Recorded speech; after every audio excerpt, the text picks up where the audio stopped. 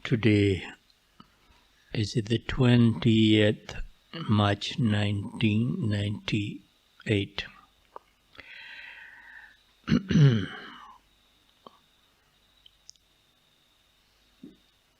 Our talk today is the last talk in this 3 weeks retreat.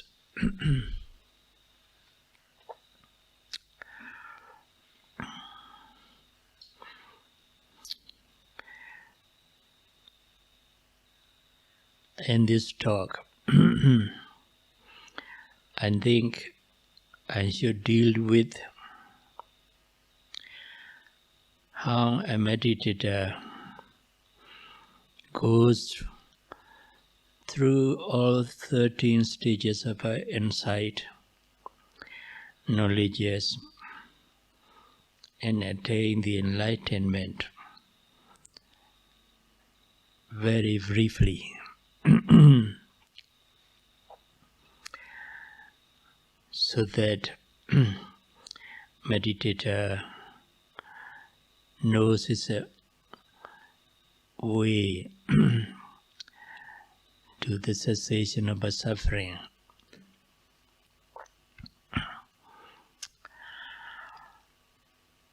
There are 7 kinds of purification which a meditator has to go through in the course of his meditation, and also 13 stages of insight and knowledge, and the 4 stages of enlightenment. 13 stages of insight, knowledge are mundane. 4 stages of enlightenment are supramundane.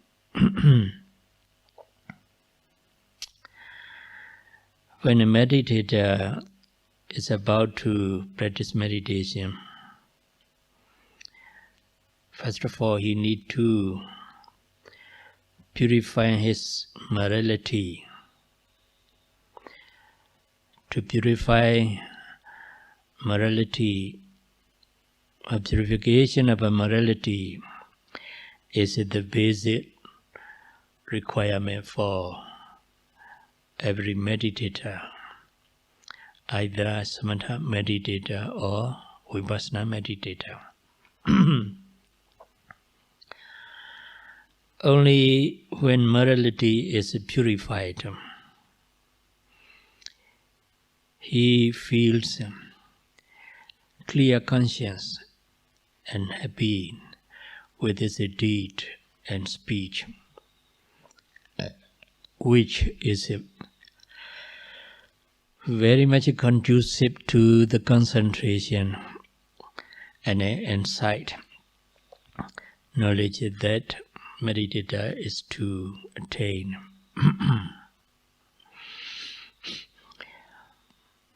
That's why meditator needs to have purified morality. To purify one's morality, one has to observe precepts,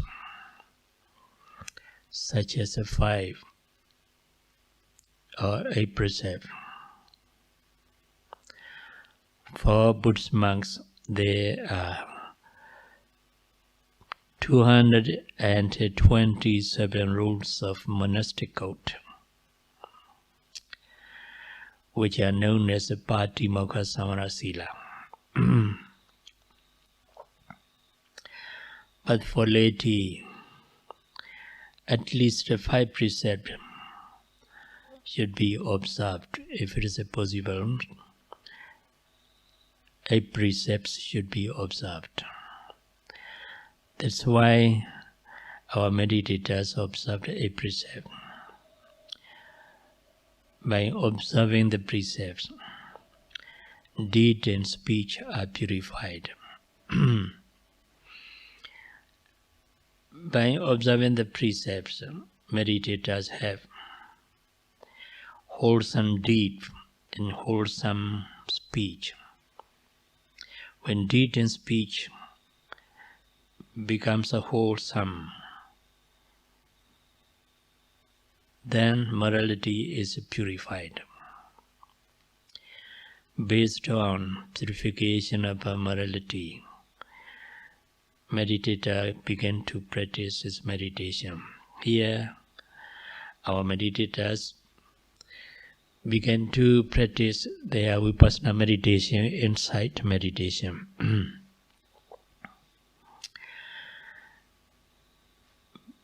Be mindful of whatever arises in our body and mind as it really occurs.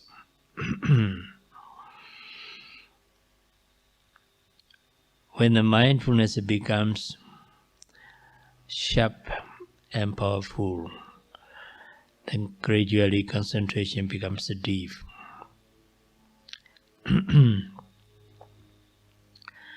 Thoughts become less and less. Then when concentration is the mind is well concentrated on any mental states of physical process. Gradually, hindrances, 5 kinds of hindrances, nivaranas, becomes sparse. Then, with the deeper concentration, none of hindrances can come into the mind. So the concentrated mind expelled all of these hindrances for the time being, or for as long as the mind is concentrated well on the object of meditation. Then this state of meditation is called purification of the mind, because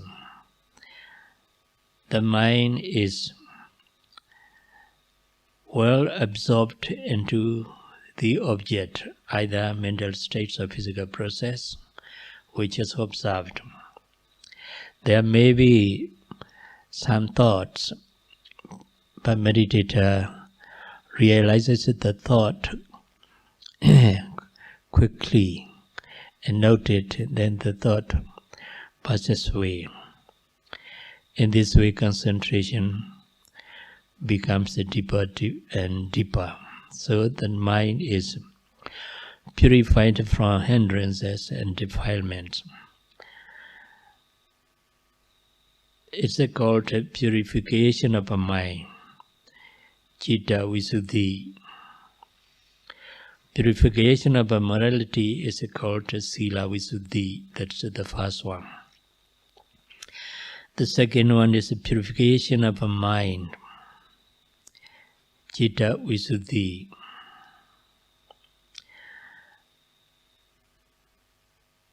Since the mind becomes purified from hindrances and defilements, the insight that arises together with concentrated mind becomes penetrating and sharp. So it begins to realize nama and rupa, mental phenomena and physical phenomena. It begins to differentiate between mentality and physicality. It begins to differentiate between the note and mind and the object. it begins to differentiate between subject and object. When meditators' mind is well concentrated on the rising movement and falling movement of the abdomen, he comes to differentiate the process of a rising movement and the process of falling movement. At the beginning of the practice, before his mind is not concentrated well, he cannot differentiate between the rising movement and falling movement. He thinks the rising and falling process are one and the same. When concentrations are deep enough, he comes to realize the abdomen rises and then disappeared. Immediately after it disappears, the abdomen falls, then disappears. In this way,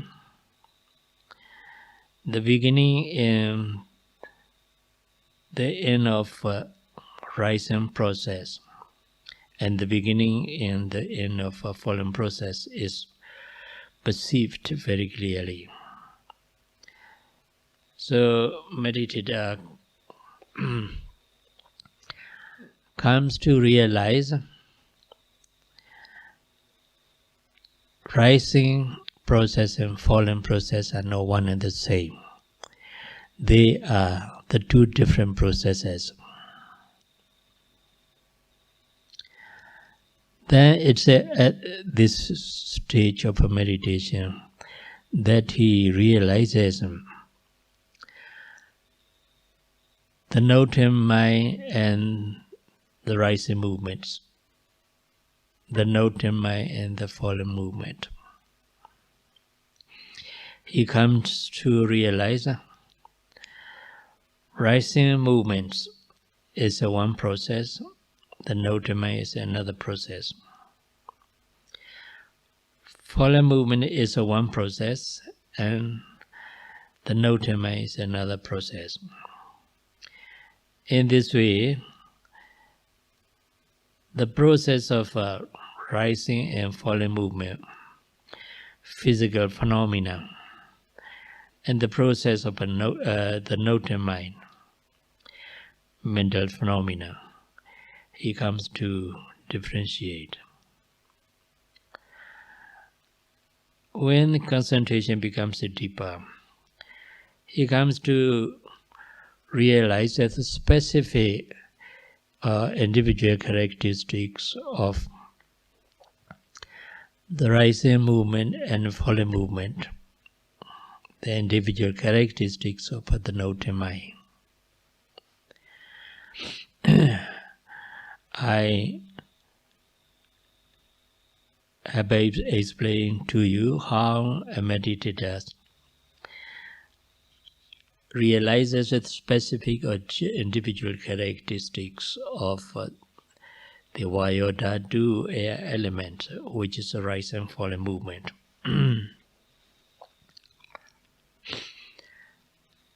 So this stage of insight knowledge is called Namarupa Paricheda Jnana, the insight knowledge discerning Nama and Rupa, mental phenomena and physical phenomena. In the same way, when you observe painful sensation, gradually the mind becomes more and more concentrated on the pain. You are patient with the pain and continue to observe it more attentively. The more attentively you observe the pain, the deeper concentrations becomes. Then you come to realize The pain is one process, and the noting mind, the mind that notes it, another process. Here, meditator differentiate between the two types of nama. One is the noting mind, the other is the unpleasant feeling or sensation, which is also nama, mental phenomena. Then he comes to realize the pain as just pain, unpleasant sensation. Sometimes he realizes the pain separate from his body as his self. Sometimes he is not aware of the location of the pain. Sometimes he is not aware of a self or body or mind, body or person. What he realizes at that moment is just an unpleasant sensation, pain. There also he realizes that the pain is just unpleasant sensation. The mind that notes it, mental phenomena, which is also separate process. And then again, he comes to realize that the pain is neither a person nor a being, neither me or nor mine. It's just an unpleasant sensation. This stage of insight knowledge is called Nama Rupa Brajita Jnana, the insight knowledge of discerning Nama and Rupa, or differentiating between Nama and Rupa. In the same way, when you are mindful of daily activities very attentively and carefully and precisely, gradually the mind concentrated on each movement or action. Suppose you observe stretching movement and bending movement of the arm very precisely and closely. So you follow the movements of stretching very closely with mind. Then you come to realize this is just process of a movement. It's neither a person nor a being. Sometimes you lost the sense of the arm. What you are realizing is just movement. That's why you're dhatu. Because you realize it as just natural process of movements. You do not identify it with a person, a being, with yourself, with me or mine. So in this way, realization of physical phenomena, vaya dhatu, the movement, the process of stretching movement, removes the idea of a person, a being, a self, or a soul. Sakaya Ditti is destroyed. This is also called the insight knowledge that realizes the insight knowledge of discerning Nama and Rupa. In the same way, when you walk, gradually your concentration on the movement of the foot becomes deeper and deeper. Then you come to perceive the actual movement of lifting very well, actual movement of pushing, actual movement of dropping. with the deeper concentration, you are not conscious of the shape of the food, but you are realizing it's just movements. Then you do not identify that movement with yourself or with a person or being. So realization of lifting movement, pushing movement, dropping movements removes the idea of a person or being, self or soul. Sagayaditi Adatiti. This is also the inside knowledge of discerning Nama and Rupa, mental and physical phenomena. When he proceeds with this practice, with this strenuous effort,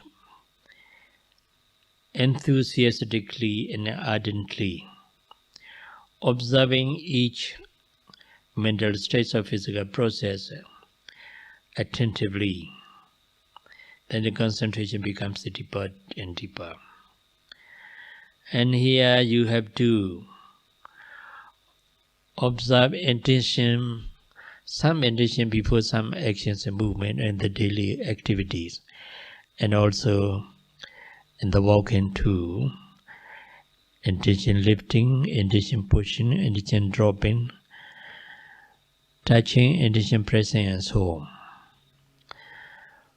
When you find the intention very clearly and see it separate from the movement, suppose the intention to lift is one thing and the lifting movement is the other.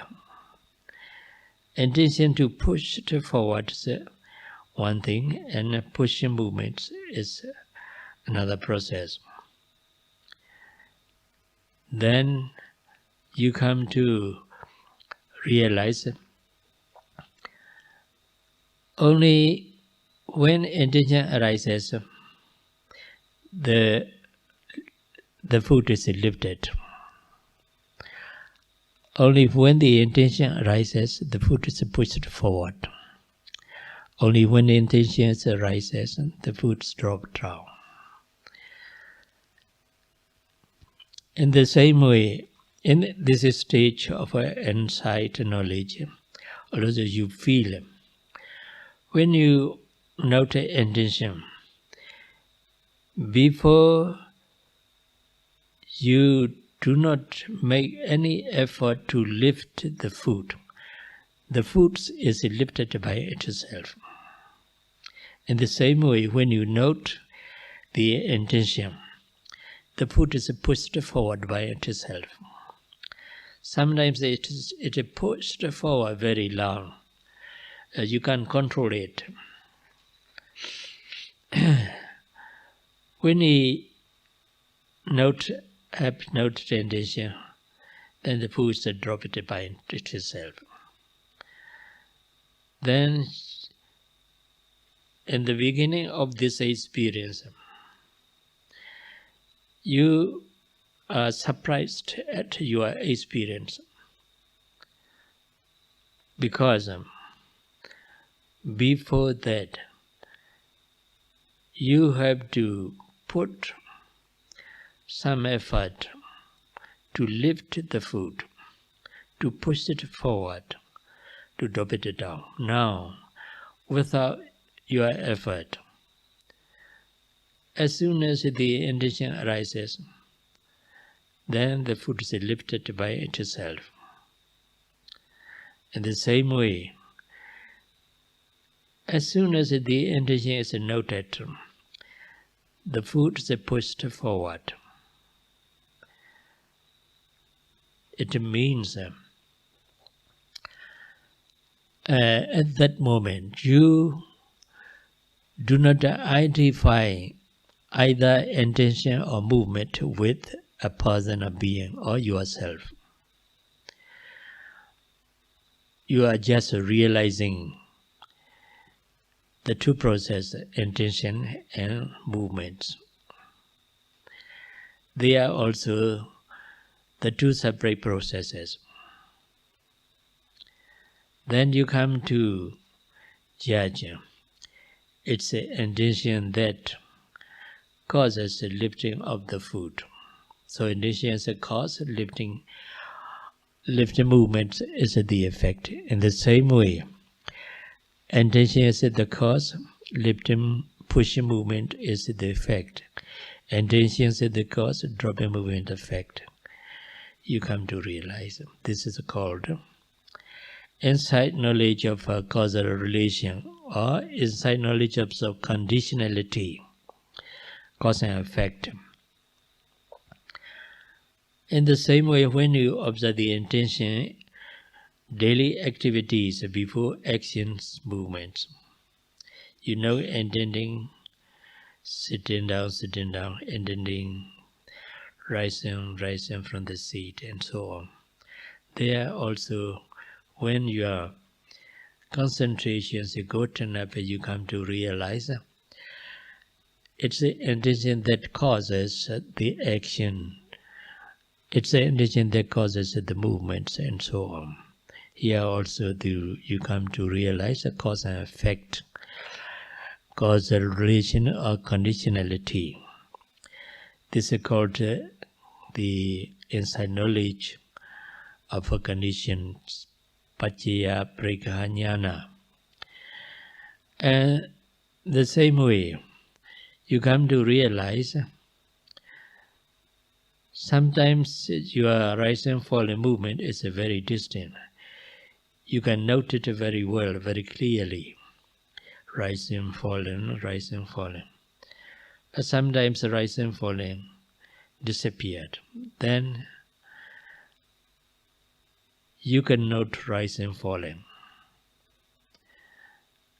At the moment, you becomes the puzzled. What should you note? Because the rising movement and falling movement has disappeared. You can't find it. Later on, you come to hear a sound of voice, and then note hearing. Or you come to know your mind is thinking about the disappearance of rising and falling, that you note thinking. Then after you have noted the thought process, you may find the rising and falling again. It appears again. Then you note rising, falling. Here also you come to vaguely realize that only we have a rising movement, we can note rising. Only we have falling movement, we can note falling. When there's no rising movement, we can note falling, rising. When we don't have a falling movement, we can note falling. It means that when there's the object rising movement and falling movement, there arises the mind that notes it. So the object rising movement and falling movement is the cause. The noting mind is the effect. In this way here also you come to realize causal relation or conditionality or cause and effect. This is called Sabrekanyana, the insight knowledge of conditionality. When you proceed with your practice with a deeper concentration, then you come to have some painful sensation. Then you have to note the pain. But this painful sensation you had in the second knowledge, the first and the second too. But though you have at the first stage of knowledge and the second stage of knowledge, you cannot observe the painful sensation very well. Now, when the painful sensation becomes very distinct, your concentration also deeper, because you have gone through 2 stages of insight. So you observe the pain, be impatient with it, pain. And also your mind goes out and thinks about some pictures such as forest or trees or the human beings or ghosts or devas or monks, any mental image is created by your thought. It comes up in your mind, but you think these mental images comes into your mind by of their own accord. But actually, it's not so. When the mind goes out, and that thought, brings these mental images into the mind, so you see it. But you have to note, see, because you see them until they have disappeared. If you realize the thought before it creates these mental pictures, if you note wondering or thinking until the thought has disappeared. After it has disappeared, you return to the primary object, rising and falling. Or when you feel pain, note pain, and so on. So with the great patience, you have to observe the pain, you have to be mindful of the pain more attentively. Then sometimes gradually the pain becomes decreasing. And after some time, the pain becomes disappeared. Here you come to realize the beginning of the pain, the middle of the pain, and the end of the pain. You come to realize the painful sensation in the beginning, at the middle, and the end. Sometimes before one painful sensation has disappeared, another pain has arises. At that time also you have to know another pain which is more predominant.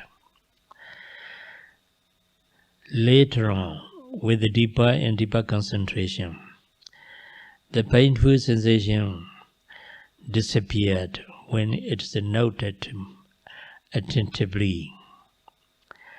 Then here you come to realize the arising of the pain and disappearance of the pain. Arising of each sensation, disappearance of it. In this way, you come to judge. Though the pain arises and becomes severer, but eventually it passes away. So it's impermanent. In the same way, when you observe the rising and falling movement of the abdomen, you come to realize in a process of rising 2 or 3 movements. In a process of falling, you come to realize 2 or 3 movements. Rising, falling.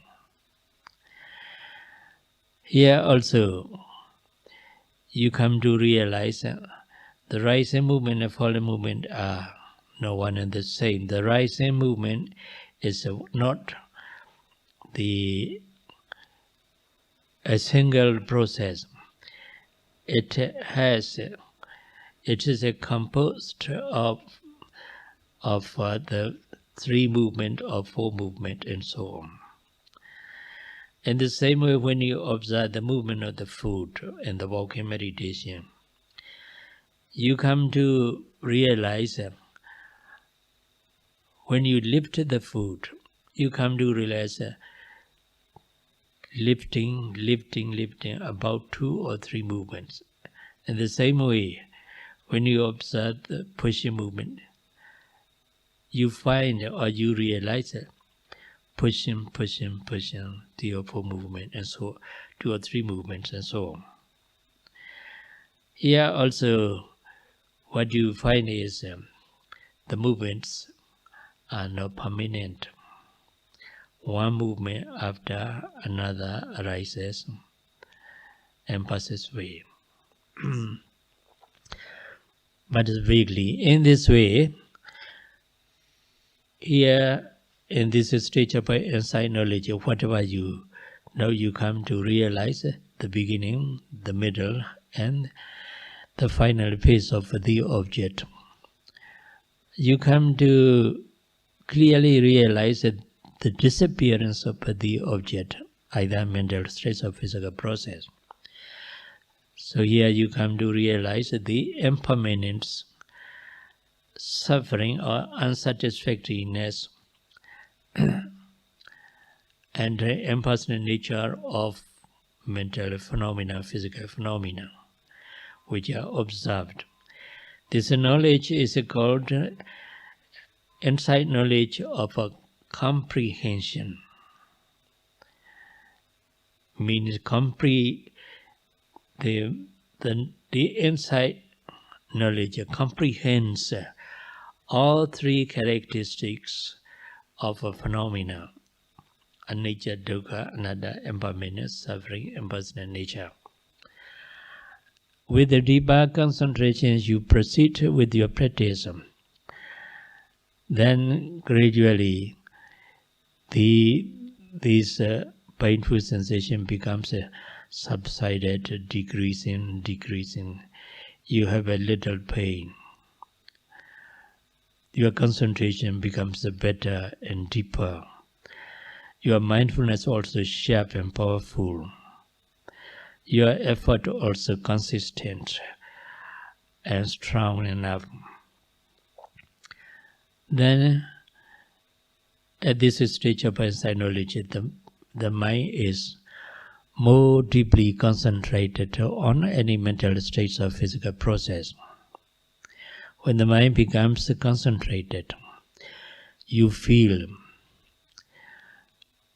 tranquil, rapture, happy, because the mind is concentrated on this mental state, any mental states of physical process which is observed. Then the mind becomes clearer and clearer. We can say the mind becomes as if transparent. Then you see some kind of a light which is associated with the insight. Sometimes you see the light like a fluorescent. Sometimes you see the light like the stars. Sometimes you see the light, the radiance of the moon. Sometimes you see the light like the headlight of a car, and so on.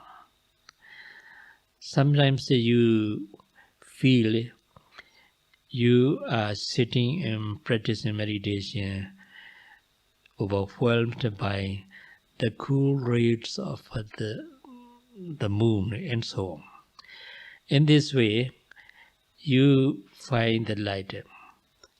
Then you note, see. When you feel happy, note happy.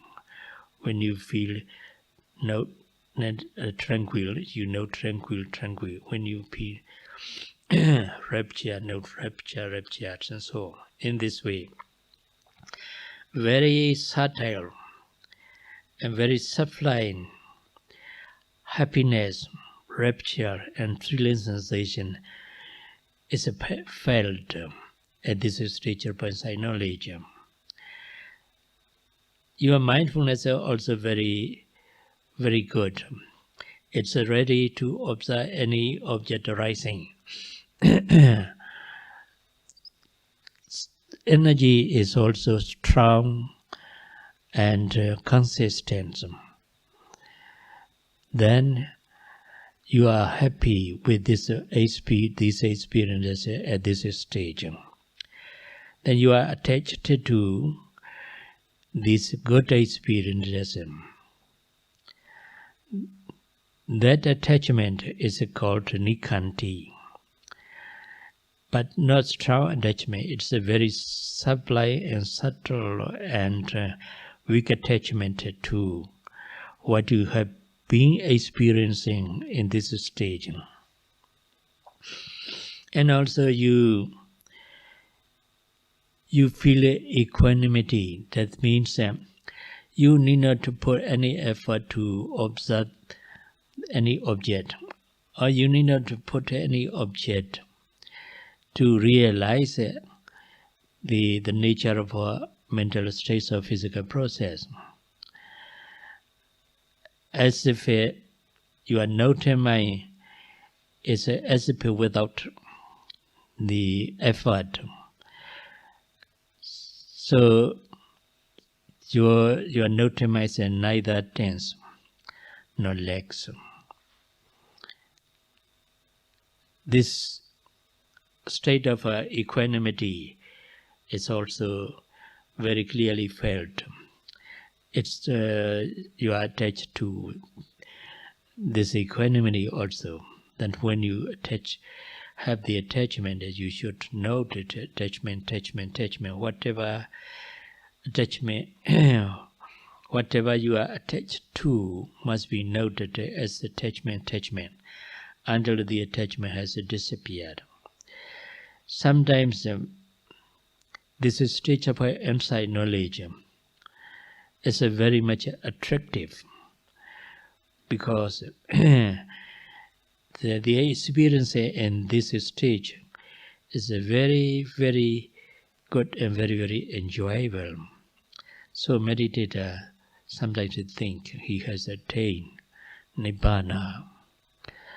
So he enjoy it, then he is attached to it. Then he can't, he is not able to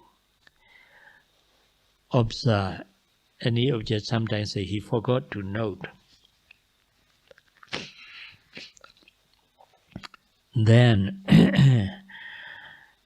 because of his knowledge of his origin of Dhamma, or because of the instruction given by his teacher, he comes to realize this is not the final goal of meditation. It's the corruption and insight meditation. Unless I am able to note attachment, I won't be able to go up. I won't be able to proceed with our higher stages of our insight. Rightly understand in this way, you have to note whatever attachment it may be, whatever happiness or rapture maybe you note. Then you come to past this the states, and your mind becomes stable and calm and tranquil. Concentrations become better. The mind, the insight becomes sharper and more penetrating. Then it realizes the rising and falling movement very clearly, one movement after another very clearly.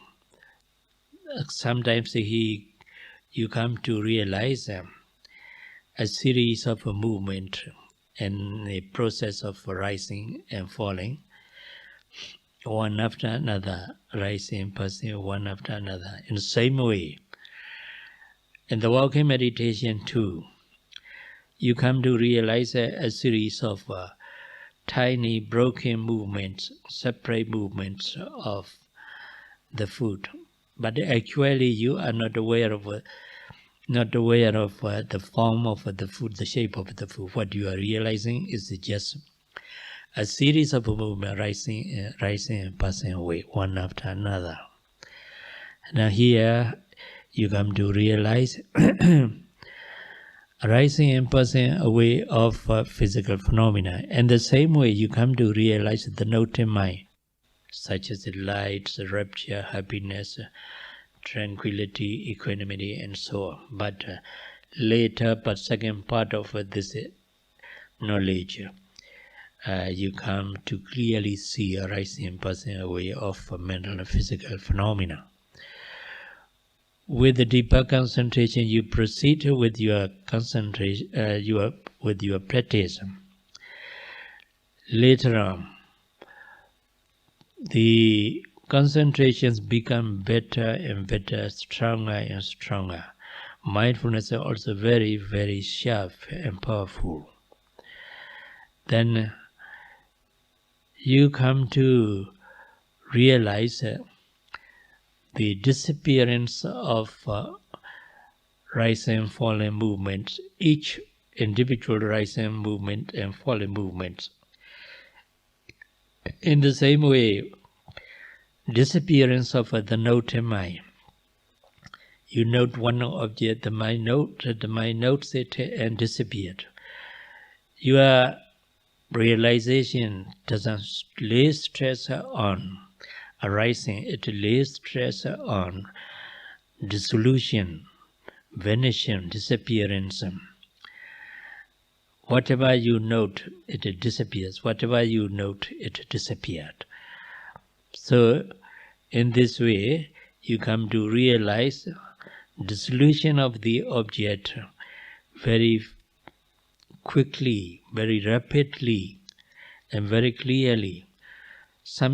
At that time, most of the time you lost the form or the shape of the object. What you are realizing is a dissolution, vanishing, disappearance. So you are not at that time, sometimes you are not satisfied with your experience because you do not find any form or shape of the phenomena. What you are realizing is disappearance and dissolution and so on.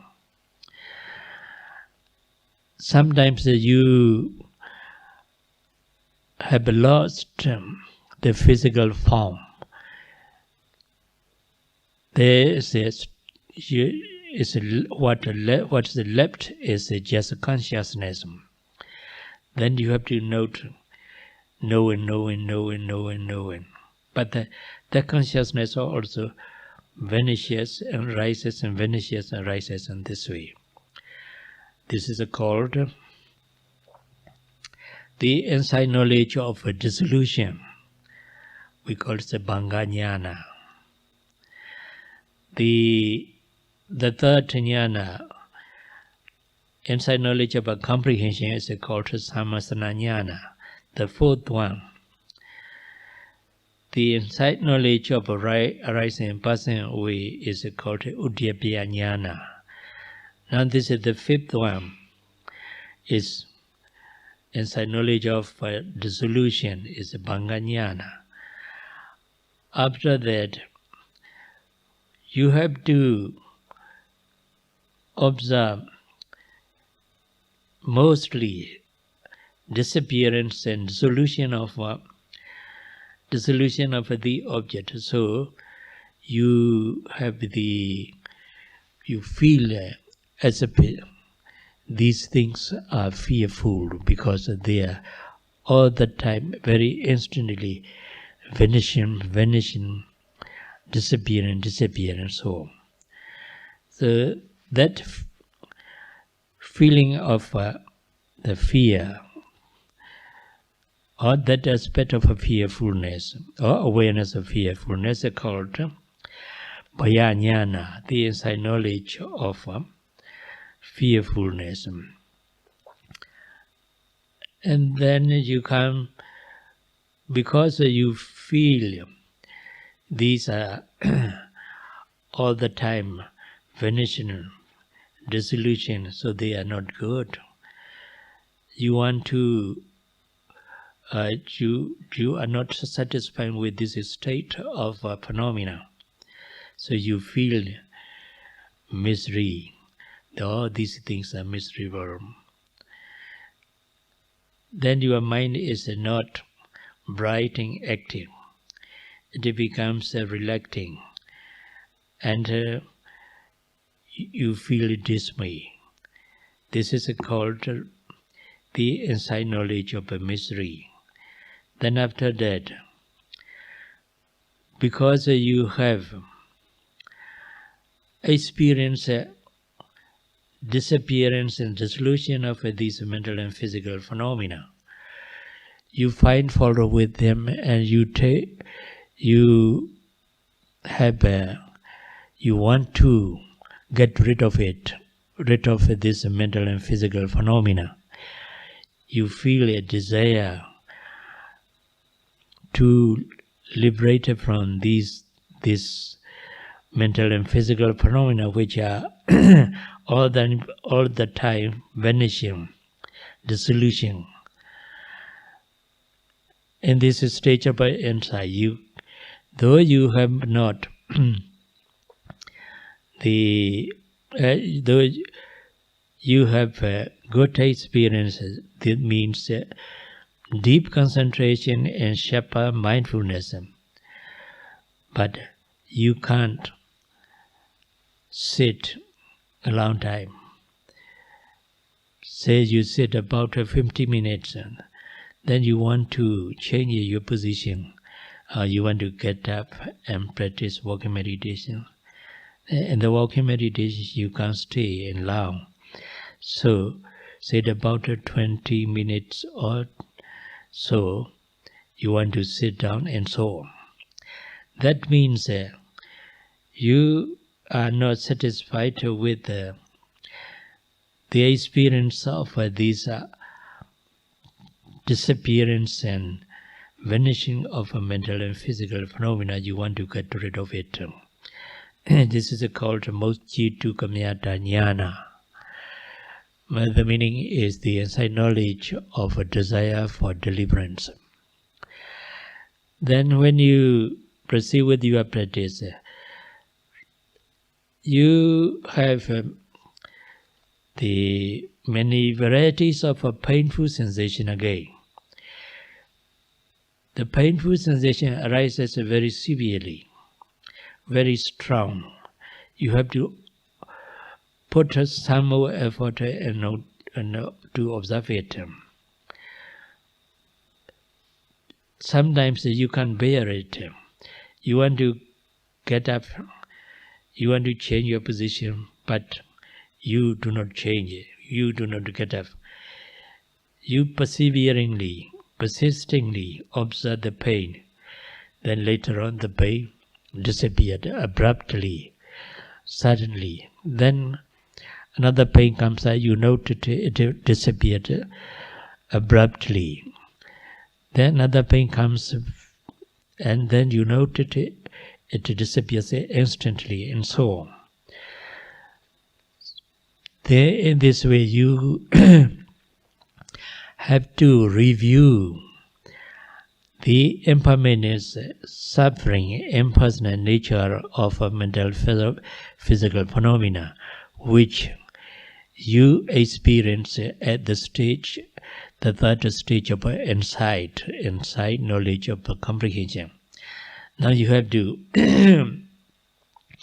re-observe it, or re-note it, contemplate on it, so that these mental states and physical processes are actually not everlasting, not permanent, they arises and then very incidentally passes away. You come to realize it's called insight knowledge of re-observation. Then after this stage, you comes to the best stage of insight knowledge. At this stage, you have sometimes no pain at all. Sometimes you may have a little pain, but your mindfulness is very sharp. Concentration is deep. Effort is strong and consistent by itself. You need not put any effort to observe any object. The mind observes the object by itself. Then whatever the object may be, you note it, then you come to realize it's disappear. Arising and passing away of the object, either mental states or physical process, becomes rapid and quick. Sometimes you have to look at it. You do not label it. You not note it. Just observe it. Just perceive it, rising and passing away of phenomena. Here, your concentration is very deep. Sometimes some of the meditators send out their mind to outside object, but the mind doesn't go to the object. It's like a elastic. It comes back to the object, rise and fall, a movement, or any mental series or physical process. Here in this stage, you feel neither happy nor unhappy. Even though you find any object which is pleasant and inviting, but you are not attached to it, you are not happy with it, what you do is just observe it, then that object has disappeared. So in this way, your mind becomes the stay at the middle of happiness and unhappiness. So it's called insight knowledge of equanimity, Sankharupakanyana. Then, when the Sankharupakanyana becomes major, you come to attain the insight knowledge of adaptation and knowledge of maturity, Anulomanyana and Godrupunyana, and then you get into the path knowledge. You realize it's a divide of suffering at the moment. Then you attain to the first path knowledge, Sotapatimaganyana. When you have attained Sotapatimaganyana, the knowledge of enlightenment of a stream entry, then that jnana, that enlightenment, uproots the round view of a personality, Sakaya deity, individuality, self or soul. And the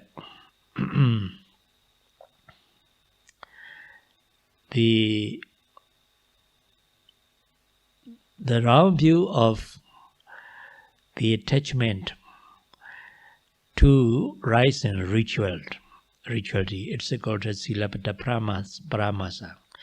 And also that enlightenment uproots the skeptical doubt about the triple gems. Because this strict skeptical doubt has been uprooted by the first enlightenment, your saddha, faith, is firm and strong. It can never be shaken by any other doctrine or anyone. Because you yourself experience the insight knowledge and experience here, the Four Noble Truths. This is called Sotapatimagga Jnana, the stream entry knowledge or enlightenment. When you proceed with your practice, you may be able to attain the higher stages of insight, higher stages of enlightenment, Sakadagami Magga, Anagami Magga, Arhata Magga. When you have attained Sakadagami Magga, the second stage of enlightenment, you become Sakadagami, non-returner. Once a returner. It means after you have attained the second enlightenment, you will be reborn in the higher world, such as Deva and Brahma, but you may come only once to this sensuous world, karma, existence. That Sakadagami Magga, that the second enlightenment eradicates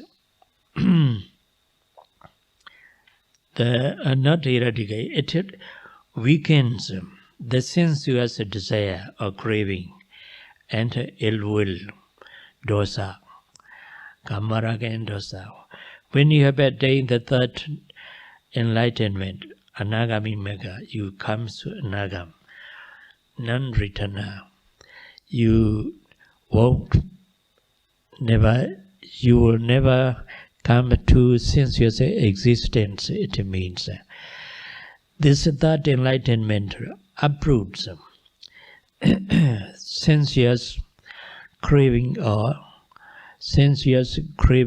desire and ill will completely, kamaraga and dosa. Then when you have attained the final enlightenment of arhatya, all mental defilement has been completely uprooted, eradicated, eliminated by this final enlightenment. Then you become Arhat, and your mind is completely purified from all mental defilements, hindrances, and negative mental states, so you live in peace and happiness. This is the final goal of a meditator. At least you should aim at the attainment of the first stage of enlightenment, so the Patimagga Jnana.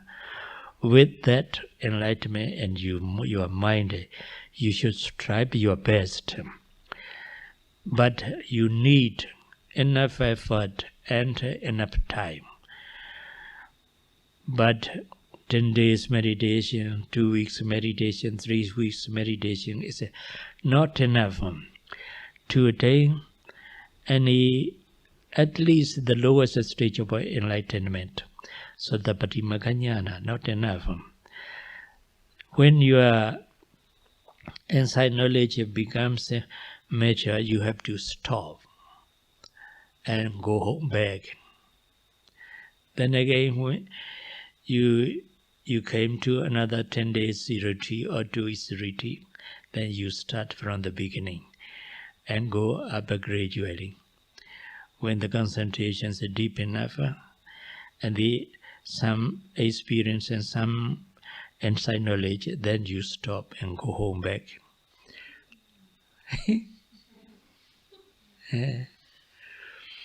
So you need enough effort and enough time for attainment of these 4 stages of enlightenment, at least the lowest stage of enlightenment. 5 minutes passed.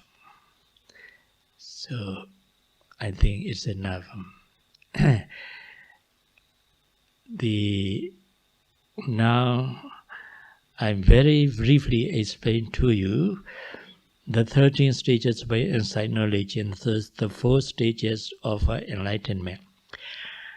You may find some experience you have had in your meditation is in conformity with the point I mentioned in this discourse. Then you can know where you are. So then you have to proceed with your practice for a long journey. May all of you strive your best and attain the final stage of enlightenment and become Arahant.